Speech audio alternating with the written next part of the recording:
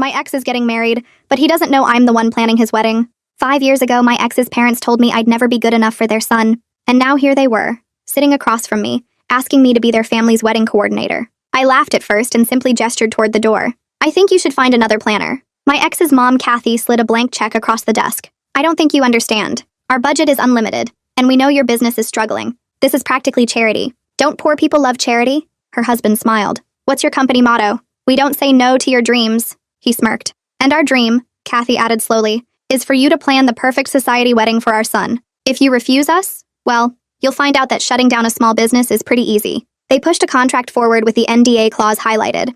I prepared myself for everything that first meeting. Everything except for Logan's shocked face when he walked in and saw me. His fiancée, Angela, walked over, already gushing about how excited she was to get married.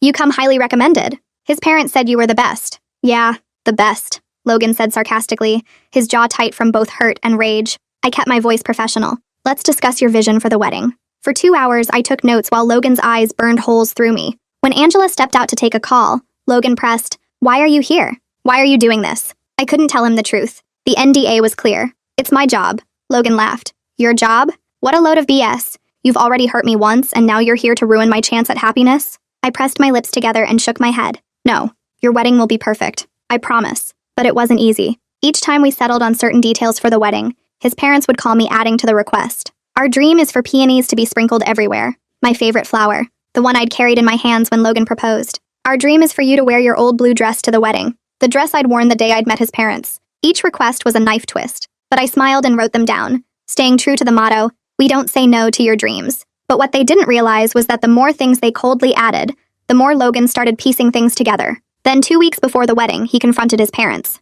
You hired her, didn't you? His voice shook. We're helping her, Kathy said calmly, showing her what she missed out on, what she wasn't allowed to have. It's just closure, sweetie. You're sick, he breathed. Sick? His dad laughed. Oh, please. We've given you the perfect life. Money, career, even a fiancé who actually suits you. Logan stormed out and found me in the hallway. Tell me they forced you. Tell me you didn't choose this. But I kept my mouth shut. If you can't tell me that, then at least tell me why you left me 5 years ago. Was it them? Did my parents say something to you? I met his eyes with the same hurt expression. It doesn't matter anymore. The rehearsal dinner was at the country club his parents belonged to. The same one where they'd told me I didn't belong 5 years ago. Kathy cornered me before dinner. Give a toast tonight to the happy couple. She grinned, but at this point I was immune to their cruelty. Real love, I said, looking directly at Logan, doesn't need anyone's approval. Real love is worth fighting for, even when the whole world tells you you're not enough. So to the happy couple, congratulations on finding real love.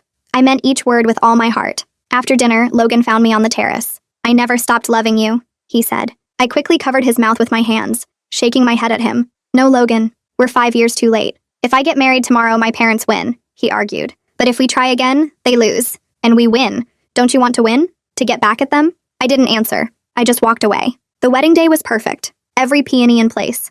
Every detail Kathy had demanded to torture me was exactly right, down to the blue dress. I was in the bridal suite doing final touches on the bouquet when Angela walked in alone, already in her wedding dress. You're beautiful, I said. I know who you are, she said directly. My hands froze on the ribbons. Actually, I've kinda always known. He says your name in his sleep sometimes. My heart broke for her. Angela, I'm so sorry. I tried to refuse the job. She smiled gently. I know that too. His parents aren't as subtle as they think. She sat down carefully, protecting the dress. I loved him enough to pretend I didn't know. To pretend those peonies were my choice. He loves you, I tried telling her. She looked at me in the mirror. But you loved him enough to let him go. To build this whole business on a motto about not saying no to dreams because they said no to yours. Tears began sliding down her perfect makeup. They hired you to hurt you. To make you watch him marry someone they chose. But I'm hurt too. She turned to face me directly. Are you going to take my husband away from me? I met Angela's eyes in the mirror and picked my words like I was walking through a minefield. The NDA sat in my mind like a wall I couldn't climb over. I couldn't trash the family or tell her they forced me into this job,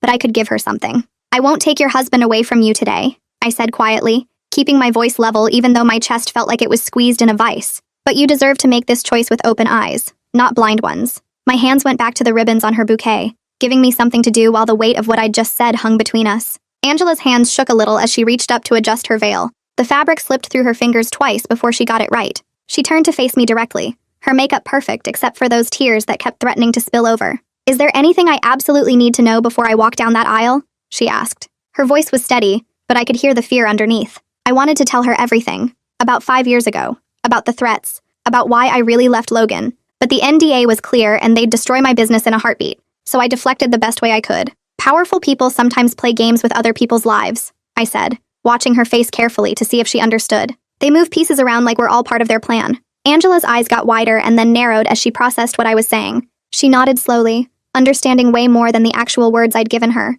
The words came out before I could stop them. I loved Logan once. My voice cracked a little on his name. Part of me probably always will. I set down the bouquet and looked at her straight on because she deserved that much honesty. But I won't act on those feelings during your moment. This day is yours, not mine. The confession hung in the air between us like smoke. Angela's whole face changed. The guarded look melted into something that looked almost like respect, which I definitely hadn't expected.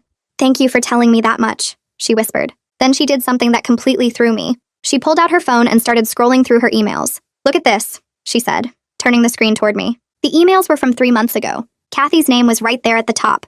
I read through them quickly, my heart picking up speed with each line. Kathy had specified peonies everywhere, explained they were a family tradition that meant so much to Logan. Except Angela knew they weren't. She'd asked Logan's grandmother about it and got a confused look in return. "I've been collecting evidence," Angela said softly. "I knew something was wrong, but I loved him enough to pretend I didn't see it." She looked at me with this sad, knowing expression. "Can you keep the wedding timeline flexible? I need time to think." My respect for her shot way up in that moment. She'd been 3 steps ahead this whole time, quietly gathering proof while everyone thought she was just a sweet, naive bride. I nodded fast. "I'll build in every buffer I can. You'll have the time you need." A knock on the door made us both jump. Angela quickly put her phone away and I grabbed the bouquet again, trying to look busy and professional. The door opened and Logan walked in. His face was carefully calm, but his eyes were doing that desperate searching thing, looking at me with questions he couldn't ask out loud. The 3 of us just stood there for what felt like forever, but was probably only 30 seconds. Everyone was performing calm while tension crackled under the surface like electricity before a storm.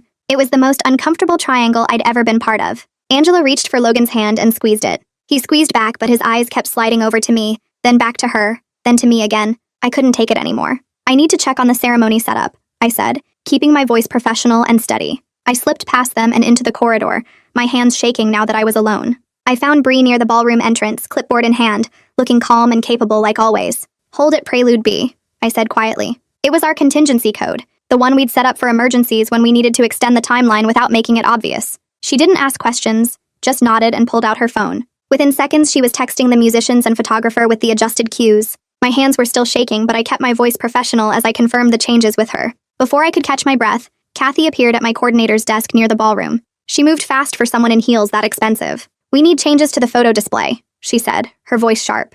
She pointed to the boards I'd set up with engagement photos. "Add the ones from the garden party and the sailing trip." My stomach dropped. Those weren't random photos. The garden party was where Logan first told me he loved me. The sailing trip was our last vacation together before his parents destroyed everything. Edward appeared beside her like they'd planned this ambush. "Just remember the penalty clauses in our contract," he said casually, like he was talking about the weather. It would be so easy to shut down a small business. One call to the right people. The familiar sting of their cruelty hit me, but something was different this time. Instead of making me want to cry or give up, I felt it transform into something cold and focused. I'd spent 5 years building myself back up from what they did to me. I wasn't that scared girl anymore. "I'll make the changes," I said evenly. They walked away looking satisfied, and I immediately headed for a service hallway where I could make a private call. Miranda answered on the second ring. "I need to know the exact boundaries of the NDA," I said, keeping my voice low. "What legally counts as disparagement?" She was quiet for a second, probably pulling up the contract on her computer. "You can't make false accusations or reveal confidential family information," she explained.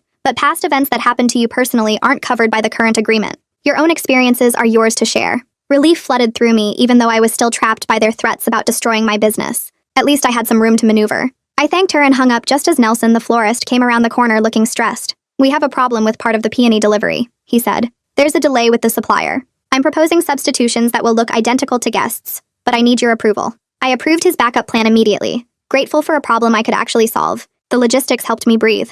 This was something concrete, something I could fix with a simple decision instead of all the emotional landmines everywhere else. Nelson nodded and headed back to the loading dock. I was making my way back toward the ceremony space when Logan caught me alone in a quiet hallway. He grabbed my arm gently, not hard, but urgent. "Please," he said, and his voice cracked. "Tell me the truth about why you left 5 years ago."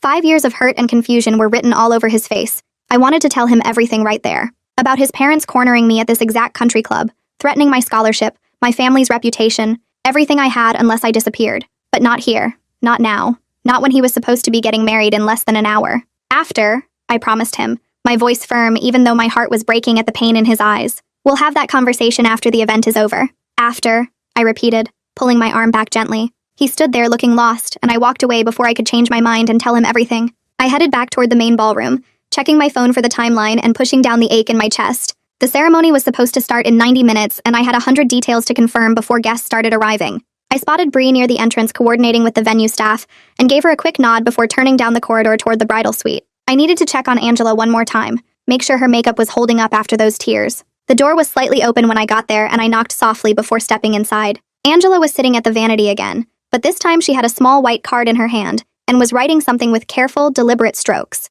Her handwriting was neat and precise even though her hand shook slightly. I watched her finish whatever she was writing, then fold the card once and slide it into a cream-colored envelope. She sealed it carefully, pressing the flap down with her thumb, then turned to look at me directly. Her eyes were clear now, makeup fixed, but something had shifted in her expression. She held out the envelope and I took it automatically, feeling the weight of expensive paper stock between my fingers. She told me to deliver it only if needed, her voice steady and calm, and I understood immediately what she meant even though she didn't explain further. The trust in that gesture settled on my shoulders like a physical thing, and I tucked the envelope carefully into my portfolio between my timeline sheets and vendor contact list. Her composure impressed me because she was clearly preparing for multiple possible outcomes, thinking through scenarios and backup plans while most brides would be falling apart. I promised her I'd keep it safe and she nodded once, then stood up and smoothed down her dress with both hands. She asked me to give her 5 more minutes alone and I agreed, backing out of the suite and closing the door softly behind me. The ballroom was starting to fill with early arrivals when I got back to the main space, and I immediately spotted trouble brewing near the seating chart display.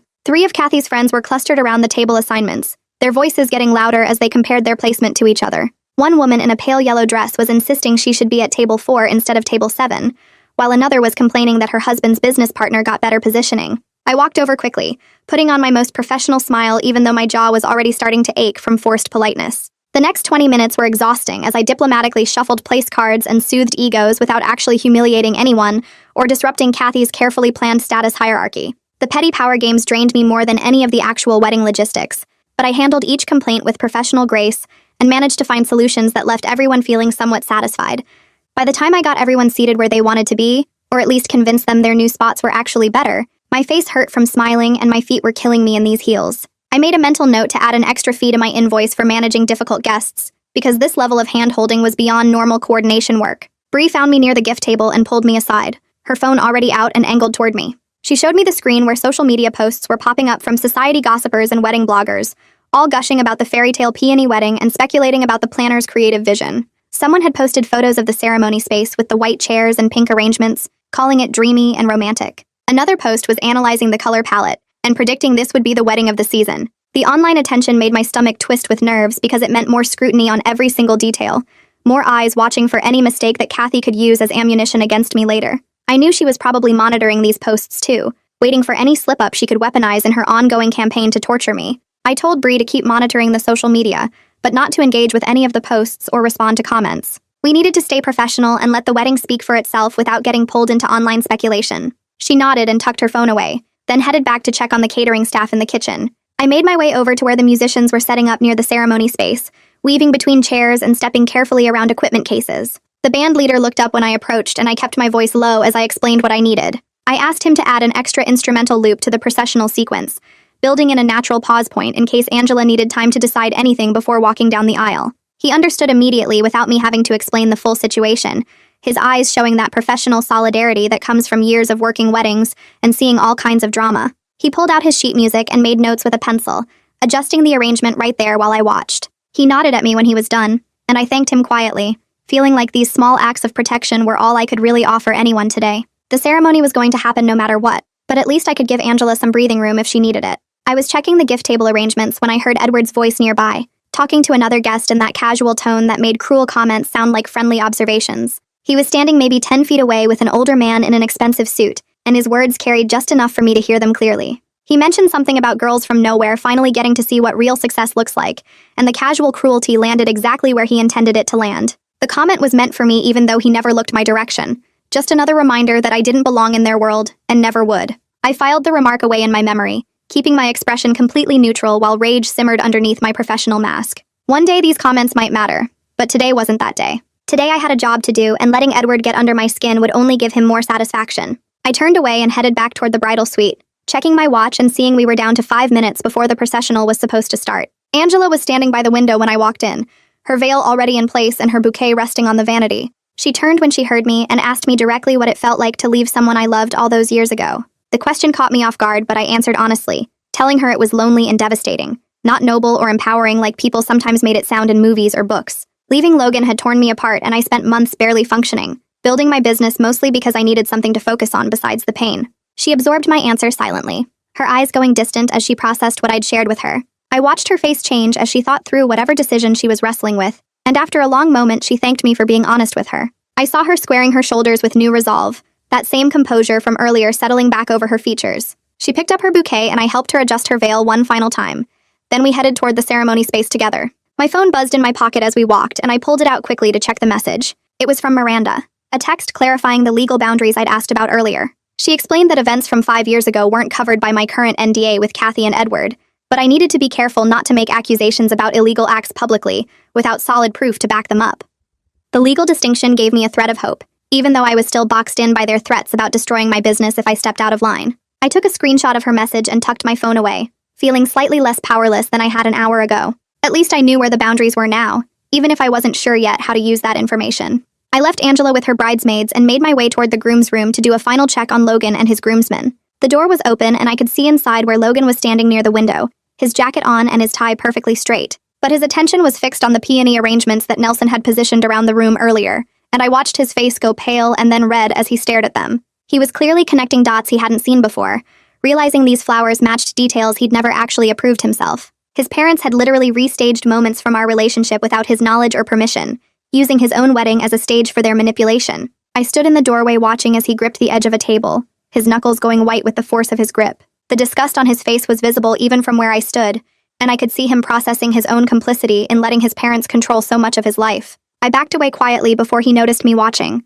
giving him privacy for whatever he was feeling. Nelson caught me near the ceremony entrance and gave me a quick update on the peony situation, showing me how he'd worked magic with the substituted flowers. No guest would notice the difference because he'd matched the colors and sizes perfectly, positioning arrangements throughout the venue exactly where they were supposed to be. I signed his revised delivery acknowledgement form, grateful for his professionalism and discretion throughout this whole mess. The small victory of solving this problem without any drama felt significant, amid all the emotional chaos swirling around everyone today. At least the flowers looked perfect, even if everything else was falling apart. Kathy appeared beside me suddenly, her voice sharp as she gave me new instructions about positioning myself conspicuously in my blue dress during the ceremony, where guests could see me clearly. She wanted me visible, wanted everyone to see me watching Logan marry someone else, one final twist of the knife she'd been turning all day. But I countered immediately with a logistical excuse about needing to monitor the musicians from backstage, explaining that someone had to cue the processional timing and manage any technical issues that came up. She narrowed her eyes at me, clearly suspicious of my reasoning, but she couldn't argue with the operational logic without admitting she just wanted to humiliate me publicly. I escaped to my coordinator's position near the sound booth, and inside I was celebrating this tiny rebellion, even as I maintained perfect compliance on the surface with everything else she'd demanded. Bree appeared at my elbow moments later with her phone clutched tight in her hand, and her face looked serious in a way that made my stomach drop. She pulled me further behind the sound booth where guests couldn't see us, and pressed play on a voicemail recording without saying anything first. Kathy's voice came through the speaker crystal clear and cold as ice. She was threatening to end my company completely if I didn't follow every single instruction perfectly, and her tone made it obvious she meant every word. Bree had already timestamped the recording and backed it up to 3 different locations before showing me, and I watched her fingers move across her phone screen with practiced efficiency. The documentation felt like armor settling over my shoulders, even though I wasn't sure yet how to actually use it against them. I squeezed Bree's arm in thanks, and she nodded once before heading back to her position near the guest entrance. My hands shook slightly as I pulled out my own phone and opened my text thread with Miranda. I typed quickly about the threatening voicemail and hit send before I could second-guess myself. Her response came back within 2 minutes, telling me to preserve all communications, but warning me not to trigger defamation claims by going public without a clear strategy first. Her steady legal guidance felt like a lifeline when part of me just wanted to rage or panic or both at once. I forwarded her the audio file and felt slightly less powerless than I had 5 minutes ago. The processional music started right on cue, and I shifted my focus back to my coordinator position near the sound booth. Logan stood at the altar scanning the assembled guests like he was looking for an escape route that didn't exist. His discomfort was visible to anyone paying real attention, and I saw several guests in the back rows exchange concerned glances with each other. My chest tightened with sympathy for everyone trapped in this performance we were all putting on. Angela appeared at the threshold of the ballroom in her white dress and veil, and I caught her eye across the distance. I gave her the smallest nod to confirm the extra music loop was ready if she needed it, and she took a deep breath that I could see even from where I stood. She stepped forward slowly into the ballroom, buying herself thinking time with each measured step. The moment felt suspended, like everyone was holding their breath, waiting to see what would happen next. The musicians moved into the extended loop I'd arranged with them, and Angela used the extra bars to lean close to Logan at the altar. Her voice was soft, but clear enough to carry to where I was standing. She asked him directly if he wanted a life that was theirs, or one that belonged to his parents. His response came immediately without hesitation. He said not like this, and I watched Angela's expression shift from uncertainty to something that looked like clarity washing over her face. The intimacy of their exchange felt both private and pivotal, even though 200 guests were witnessing it without understanding what they were actually seeing. Kathy and Edward exchanged alarmed glances from their front row seats, and Edward made an urgent signal to the officiant to move the ceremony along faster. I held firm on the timeline buffer I'd built in, and signaled the musicians to continue the loop until Angela gave me the sign she was ready. My small act of controlled defiance felt enormous in my chest, like I was finally pushing back against their manipulation in a way that mattered. Angela turned slightly and made direct eye contact with me across the ballroom. She extended her hand in a small gesture, requesting the envelope she'd given me earlier in the bridal suite. I walked it down the side aisle as quietly and carefully as possible and placed it directly in her hand before retreating back to my position. Trust passed between us without any words needed to explain what was happening. Logan whispered something to Angela that I couldn't hear from my distance, but his body language screamed desperation in every tense line. He needed truth or he couldn't go through with this ceremony, and that much was obvious. Angela touched his face gently with her free hand, and I saw her lips form the words after this, as she referenced the envelope she was now holding. The ultimatum wasn't manipulation on her part, but pain demanding honesty before moving forward. My mind drifted during the extended music to 5 years ago in this exact same country club. I could see myself standing in a private room while Kathy and Edward told me I'd ruin Logan's future if I didn't disappear. They threatened to call my scholarship board and spread rumors about my family if I stayed with their son. The memory was so vivid I could smell Kathy's heavy perfume and feel the leather chair beneath my shaking hands. That conversation had destroyed me and built me in equal measure over the past 5 years. Angela straightened her spine and composed her expression into something that looked almost peaceful. She nodded to the officiant that she was ready to continue the processional, and walked forward with measured steps. She'd bought herself the thinking time she needed, but hadn't finalized her decision yet about what came next. The poise she maintained while being internally torn apart was remarkable to witness. The officiant began the ceremony with traditional words about love and commitment, and when he turned to Logan for the vows, I watched Logan's mouth open and then close again without sound. His eyes scanned the assembled guests like he was looking for permission, or maybe an escape route, and the silence stretched for 3 full seconds before he managed to speak the words about forsaking all others. His voice cracked on the word forsaking, and I immediately signaled the string quartet to extend their gentle underscoring, giving him cover while he collected himself. The musicians smoothly looped into an extra 8 bars without missing a beat, and I saw the lead violinist nod at me in understanding. Every second felt like walking on glass that might shatter at any moment, and I kept my hand poised near my phone in case I needed to signal another extension. Logan finally pushed through the rest of his vows with his jaw tight and his hands trembling slightly as he held Angela's, and when he finished the traditional words, his whole body sagged with relief or maybe exhaustion. The guests shifted in their seats, some looking concerned and others clearly thinking this was just normal wedding nerves, and Kathy's expression from the front row was frozen in a smile that didn't reach her eyes. Angela spoke her vows next in the standard format the officiant had provided, but her voice shook in a way that could have been read as overwhelming joy or barely contained grief depending on what you were looking for. She looked directly at Kathy and Edward for a long moment, then turned her gaze to where I stood at the side of the ballroom, and finally settled on Logan with an expression I couldn't decode even though I was watching closely. Her face showed something between determination and surrender, hope and resignation, and the ambiguity kept everyone in the room suspended in uncertainty about what was actually happening. She stumbled slightly over the words about honoring and cherishing, catching herself and starting the phrase again with more firmness, and I noticed her hands gripping Logan's tighter than seemed natural for a joyful moment. The guests leaned forward slightly in their chairs, sensing something was off but unable to pinpoint exactly what, and I saw several people exchange confused glances. When Angela finished her vows, she didn't smile the way brides usually do in that moment. She just nodded once at Logan like they'd completed a difficult negotiation. The officiant moved through the ring exchange and the unity candle lighting, and then he reached the moment I'd been dreading since we started planning this event. His voice took on the formal tone required for the traditional question about objections, asking if anyone present knew any reason why these two should not be joined in marriage. Kathy's hand tightened visibly on her clutch purse, her knuckles going white as she gripped the leather, and her whole posture screamed a dare at anyone who might consider speaking up. Edward placed his hand over hers in what looked like a comforting gesture, but I could see from my angle that he was actually holding her arm down, preventing any sudden movements. The silence stretched for 5 full seconds, while 200 guests held their collective breath, and I counted each second in my head, while my own breathing felt impossible. No one spoke, but the charged atmosphere in that ballroom said everything that voices couldn't, and I watched Logan's shoulders tense as if he was half expecting someone to interrupt. The officiant waited the customary pause and then moved forward with the ceremony, and the release of tension was almost audible, even though no one actually exhaled loudly. The ceremony concluded without further incident as the officiant pronounced them married, and I immediately directed the recessional music to begin, while my mind raced ahead to the inevitable fallout waiting for us. Relief that we'd gotten through the ceremony without a dramatic scene mixed with hollow dread about what came next, and I felt both emotions sitting heavy in my chest as I watched Logan and Angela walk back down the aisle together. I guided guests toward the cocktail hour location with practiced hand gestures and quiet words to the ushers, my autopilot professionalism taking over while my heart pounded. The photographer moved to follow the couple, but I intercepted him smoothly, redirecting him toward the cocktail hour space to capture candid guest moments instead. Bree appeared at my elbow without me calling her, reading my expression, and immediately understanding that the couple needed privacy, and together we created a buffer zone between the anteroom where they'd disappeared and the rest of the event. In the private anteroom off the ballroom, I watched through the slightly open door as Angela pulled the envelope from somewhere in her dress and handed it to Logan with steady hands. He opened it slowly, his fingers fumbling with the seal, and I caught a glimpse of the words "borrowed dreams" and "we need to pause" written in Angela's neat handwriting before he angled the card away from my view. His face crumbled for just a moment, all the tension and confusion and hurt showing clearly,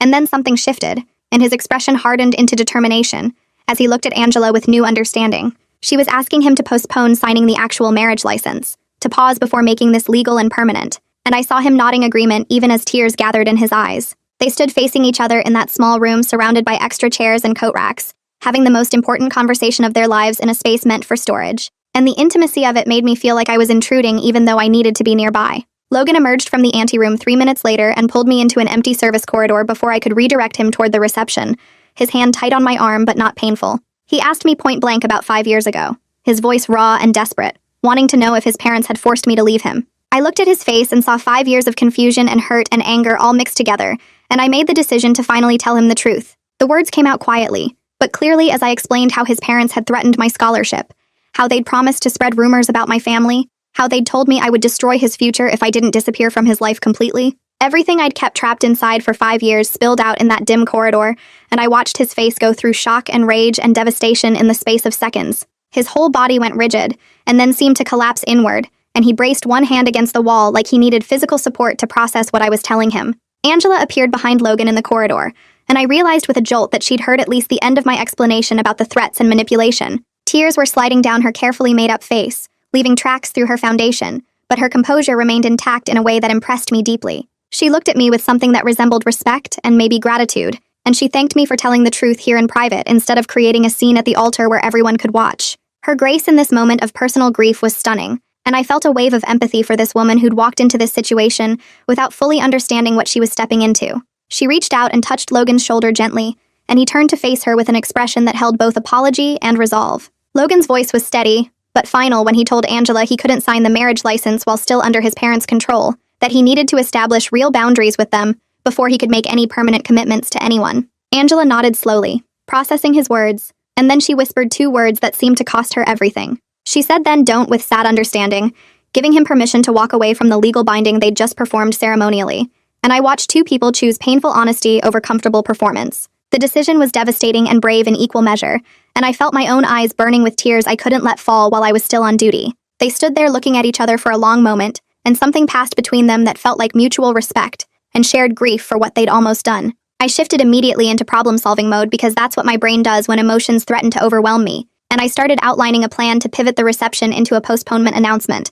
My voice came out calm and professional as I explained how we could repurpose the event as a fundraiser to maintain everyone's dignity, how we could frame this as a conscious choice rather than a dramatic breakdown. The professional part of my brain took over completely, mapping logistics and timing and messaging strategies while my heart ached for all 3 of us standing in this corridor. I talked through vendor contracts and guest management and press control, and Angela and Logan listened intently with grateful expressions. They both seemed relieved to have someone else take charge of the practical details, while they processed the emotional weight of what they'd just decided, and I felt my coordinator role settling around me like armor. Bree appeared at the end of the corridor with her tablet, and I waved her over, already knowing I'd need her help to execute this massive pivot smoothly. Bree reached me within seconds, and I pulled her into the quiet corridor where Angela and Logan stood waiting. I kept my voice low but clear as I explained we needed to convert the reception into a postponement announcement with a charitable focus, and she pulled out her tablet without hesitation. Her fingers moved across the screen as she checked our vendor contracts, nodding as she reviewed the flexibility clauses we'd built in for exactly this type of situation. Most vendors could adapt their billing if the event shifted to a charitable benefit instead of a wedding reception, she confirmed, and Nelson could relabel the floral arrangements for whatever new purpose we chose. The band could adjust their playlist away from romantic wedding music to something more appropriate for a fundraiser, and the venue staff could help us repurpose the signage and escort cards. The collective energy of problem-solving helped everyone focus on practical action instead of drowning in emotion, and I watched Angela's shoulders relax slightly as logistics replaced panic. I fired off an urgent text to Miranda explaining the situation in careful language, asking for guidance on announcement wording that wouldn't breach the NDA or open us to claims from Kathy and Edward. My phone buzzed within 3 minutes with her response, and I felt relief wash through me as I read her precise legal advice about framing the change as the couple's choice, rather than any failure or wrongdoing. She suggested specific phrases that avoided disparaging the family while maintaining everyone's dignity, and I screenshot her entire message before forwarding it to Angela so she could review the suggested wording. The legal backup gave me confidence as I prepared to face Kathy and Edward with this new plan, knowing we had documentation protecting our position. We started moving toward the ballroom to begin coordinating with the venue manager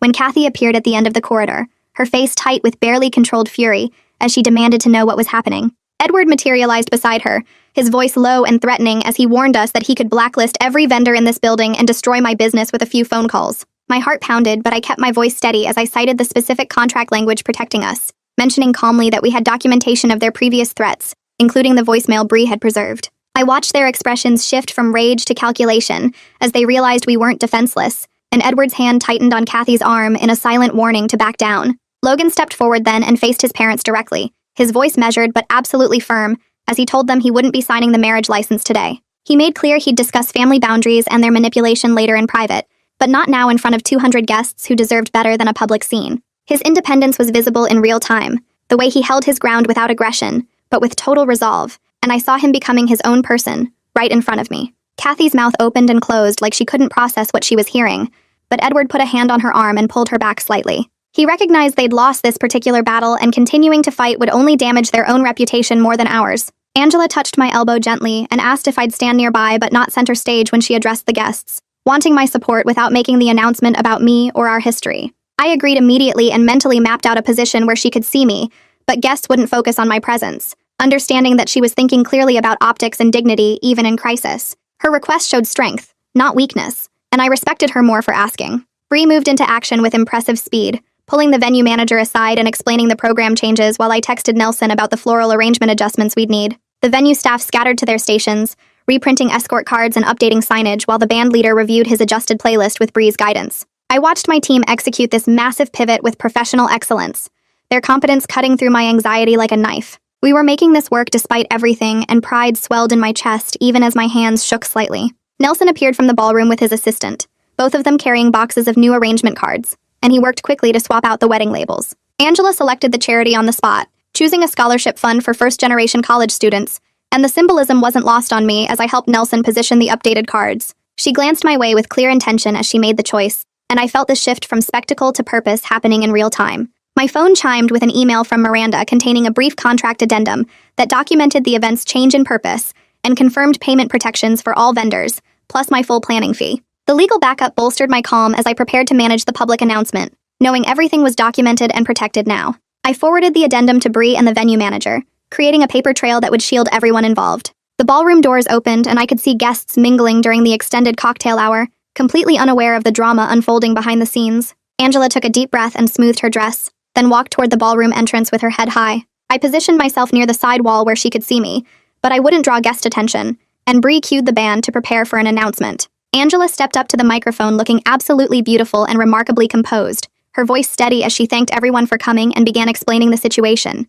She told guests that she and Logan were postponing their legal marriage ceremony to focus on personal growth, and they were transforming tonight's reception into a fundraiser for educational access and opportunity. Her voice stayed vulnerable but not broken, honest without being dramatic, and I watched guests responding with sympathy instead of scandal-hungry gossip. She was controlling the narrative with genuine grace, turning what could have been humiliating into something meaningful. Logan took the microphone after Angela finished, and he owned his part in letting other people steer his life decisions for too long. He made clear this was about him choosing accountability and growth, not about blaming anyone or creating drama. He didn't name his parents, but everyone in that room understood the subtext, and his maturity in this moment impressed even me. No theatrics, no victim playing, just honest ownership of his choices and commitment to doing better. The guests began applauding, first tentatively, and then with growing enthusiasm, and I saw several people wiping their eyes as they processed the couple's courage. Kathy swept through the crowd with her practiced country club smile, touching shoulders and laughing at the right moments, but I caught the white-knuckle grip on her clutch and the way her eyes kept darting toward the exit.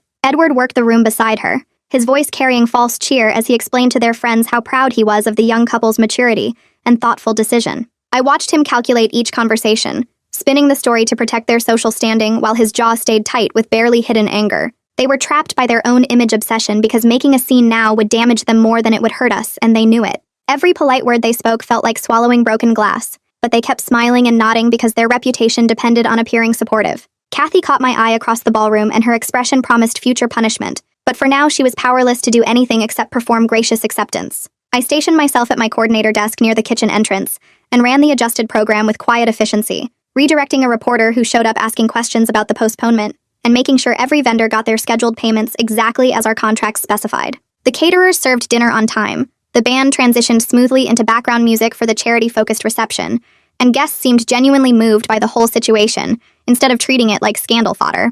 My feet ached in the blue dress shoes, and exhaustion was creeping into my bones, but I kept my voice steady and professional as I coordinated timing cues and managed last-minute adjustments. Bree handled the donation table setup while I confirmed final counts with the venue manager, and everything flowed forward despite the emotional chaos that had erupted just hours earlier. The reception felt almost normal on the surface, like we'd planned it this way all along, and that small victory kept me going through the tiredness. Bree found me during a brief lull and pulled me into a quiet corner, her phone showing text messages from 3 different guests, asking if I'd somehow sabotaged the wedding on purpose. The rumor was spreading among Kathy and Edward's social circle, painting me as the villain who manipulated the situation, and I felt the sting of it, even though I'd expected exactly this kind of blame shifting. I texted Miranda immediately, and she responded within minutes, advising me to prepare a simple neutral statement if anyone asked directly about my role in the postponement. The press line she suggested was basic and professional, just saying I supported my clients' choices and respected their privacy during a personal decision. I drafted it into my notes app and sent it to Bree so we'd both have the same response ready, then took a deep breath and went back to managing vendor coordination. The gossip hurt, but it didn't surprise me because people like Kathy and Edward always found ways to protect themselves by blaming others. Nelson caught me during a vendor break near the loading dock where he was packing up extra supplies, and he thanked me directly for protecting everyone's interests during the crisis. His words were genuine and warm, not the fake politeness I'd been getting from some guests, and he mentioned he'd already decided to refer future clients to me based on how I'd handled everything today. The compliment hit me hard because I'd been so focused on just surviving the event that I hadn't thought about professional reputation beyond avoiding disaster. His validation reminded me that competent people recognize competence under pressure, and vendors talk to each other about which planners are worth working with. I thanked him with real emotion in my voice, fighting back tears of relief that threatened to spill over, and he squeezed my shoulder briefly before heading back to finish his breakdown work. That small moment of professional respect felt like oxygen after drowning. Logan found me late in the reception when most guests had moved to the terrace for after-dinner drinks, pulling me into a quiet corner near the coat check where we wouldn't be seen. He looked tired and raw, his tie loosened and his eyes red from stress, and he asked me quietly if we could try again now that everything was out in the open. I shook my head and told him no, not now while everything was still so messy and painful, and watched his face fall before I explained we needed time and space and actual healing first. He nodded slowly and promised he'd disentangle himself from his parents' control, find a good therapist, and do the real work before we even considered starting anything romantic. The promise felt real instead of desperate, and hope flickered in my chest despite my determination to stay cautious. We agreed to check in with each other in a few months after he'd made progress on boundaries, and I'd recovered from this nightmare, and his acceptance of that timeline impressed me more than grand gestures would have. Angela found me in a service hallway during event breakdown, when vendors were loading equipment and staff were clearing tables, and she pulled me into a tight hug that caught me off guard. She thanked me for protecting the dignity of this impossible day, her voice thick with emotion but steady, and told me she was grateful I hadn't let her walk into a marriage built on lies, even though the truth had been painful. I hugged her back and told her she'd been incredibly brave, and we stood there for a moment just holding each other up. Mutual respect flowed between us without needing many words, because we were 2 women who'd protected each other when it mattered most, choosing honesty over comfortable pretending. She pulled back and wiped her eyes carefully, then smiled at me with real warmth before heading back to finish saying goodbye to guests. The brief connection felt meaningful in a way that surprised me. The next morning, I woke up to an email from Miranda with a draft settlement addendum attached, and I read through it twice to make sure I understood every clause. She'd secured my full payment with no deductions or penalties, added mutual non-disparagement language that bound Kathy and Edward just as much as it bound me, and released me from the most restrictive NDA clauses that had been choking me for months. The legal protection felt like armor wrapping around me as I read each carefully worded paragraph, and relief washed through my whole body when I saw their attorney's signature at the bottom, confirming they'd already agreed to the terms. Miranda's note explained they'd signed quickly because refusing would have required explaining their coercive tactics to their lawyer, and they'd chosen to cut their losses instead. I was finally legally protected and free from their worst threats. Over the next 48 hours, I heard through Miranda that Kathy was attempting to control the narrative through her social contacts, making phone calls and sending carefully worded emails to shape how people understood the postponement. But Edward counseled her to maintain a low profile because pushing too hard would risk someone discovering their manipulation tactics and threats, and they were more afraid of exposure than they were angry about losing control. The gossip died down faster than I'd expected, as other society drama captured people's attention, and Kathy's attempts to paint me as a villain mostly fizzled out. Miranda confirmed that they were effectively contained by their own fear, trapped by the documentation we had of their coercion, and unable to attack me without risking everything. Their power over me was finally broken. Several vendors posted positive reviews over the following week praising my professionalism during a difficult situation, and I watched my business inquiry emails tick up modestly as word spread through professional networks. The boost wasn't dramatic or life-changing, but it was real and earned through competence instead of connections, and I felt cautious optimism about my company's future for the first time in months. Bree and I celebrated the small victory with takeout in my office, reviewing the new client inquiries and talking about how we'd handle the next few months. My business wasn't saved overnight, but it wasn't dying anymore either, and that felt like enough. Logan moved into a small apartment across town within the week and started weekly therapy sessions with a counselor who specialized in family systems and boundaries. He texted Angela a long message thanking her for her grace and promising to give her all the space she needed. And he sent me one brief text saying he was doing the work to become someone worthy of a real relationship, instead of a controlled performance. The message was simple and honest without any dramatic declarations or promises he couldn't keep, and his quiet accountability impressed me more than grand romantic gestures would have. He was choosing to be lonely and do the hard work instead of rushing into anything, and that made me believe he might actually change. Over the next week, Angela started handling the practical stuff that comes after calling off a wedding. She returned all the rented items to the vendors, canceled the honeymoon reservations, and emailed everyone who needed to know the wedding wasn't happening legally, even though the reception had gone forward as a fundraiser. I helped her coordinate the return of the leftover wedding favors to the scholarship charity we'd supported at the reception, loading boxes into my car and driving them to the nonprofit's office downtown. Angela took 2 full weeks off work, telling her boss she needed time to figure out what came next in her life. Every decision she made felt solid and clear, like she was reclaiming pieces of herself she'd given away while pretending everything was fine. I watched her handle each task with quiet strength, and I genuinely admired how she was choosing self-respect over trying to salvage something broken. 4 weeks after the wedding day that wasn't really a wedding, Kathy and Edward hosted a smaller charity luncheon at the country club, using some of the leftover decorations from the reception. The event was their way of keeping up appearances and controlling the story their social circle would tell about what happened. I heard about it through Nelson, who provided fresh flowers for the tables, and he mentioned the luncheon got positive coverage in the local society pages. Kathy and Edward managed to emerge from the whole situation with their reputation mostly intact, spinning the postponement as a thoughtful pause rather than a crisis. Their ability to adapt and protect themselves reminded me they weren't cartoon villains or purely evil people,